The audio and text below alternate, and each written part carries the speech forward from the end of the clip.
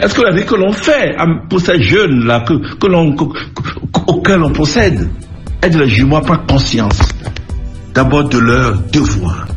Quand ils voient la manière dont ils vivent au monde, que l'action de grâce qu'il faut rendre, c'est à Dieu créateur. Et nous devons être partenaires de cette action de grâce.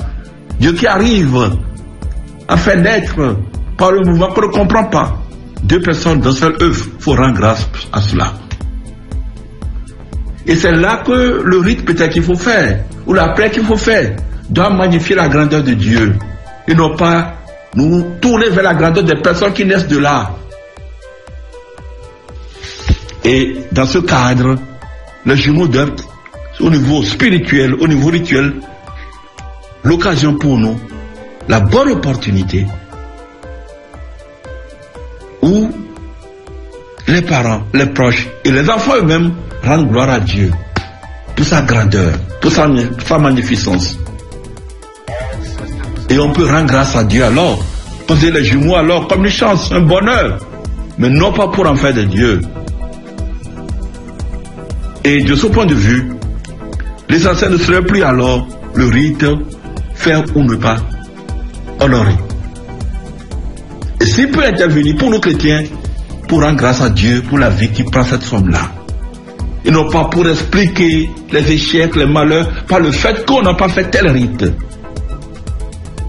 Et il y a des cas, beaucoup, où des chrétiens n'ont pas eu à faire ces rites-là dans leur milieu.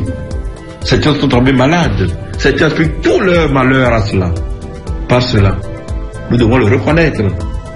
Et nous demander s'il ne s'agit pas de cas où les gens sont psychologiquement marqués, déformés au niveau mental, au niveau de leur imaginaire, liant tout.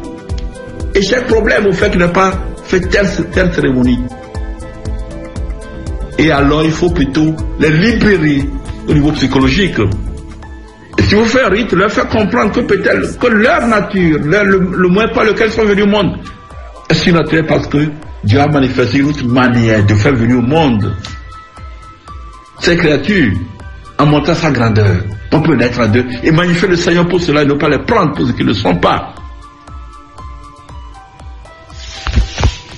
Et il y a des cas où, également chez nous, des gens n'ont pas fait ces cérémonies de jumeaux. Ils vivent normalement. Ils n'attribuent pas tout leur mot à ça. Les mots qu'on attribue souvent à des personnes jumelles parce qu'elles n'ont pas eu à satisfaire tel rite, infortune, maladie, division, tout ça là. Beaucoup de gens, c'est pour l'aide de la société, ne sont pas les seuls à voir. Pourquoi forcément attribuer cela? Nous devons donc être des veilleurs, des sentinelles d'esprit, des veilleurs de la raison, en mettant en goût des veilleurs spirituels, de la prière. Et alors, nos devoirs, plus que jamais, c'est de revenir à ce que nous avons eu à dire. L'essentiel de la foi, c'est l'amour. Dans quelle mesure, tel rite, telle pratique culturelle peut nous aider à mieux aimer Dieu, à mieux aimer le prochain. Et le prochain aimer, l'aider à assumer sa responsabilité dans la société, au niveau économique, politique, au niveau culturel, au niveau scientifique.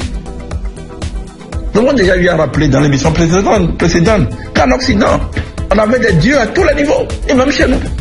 Au fur et à mesure que l'on a eu à développer la science de façon responsable, harmonieuse, sans rejeter Dieu, on a eu à évacuer cet inculte. On a eu à libérer l'homme, j'allais dire des fantasmes qui les démobilisent.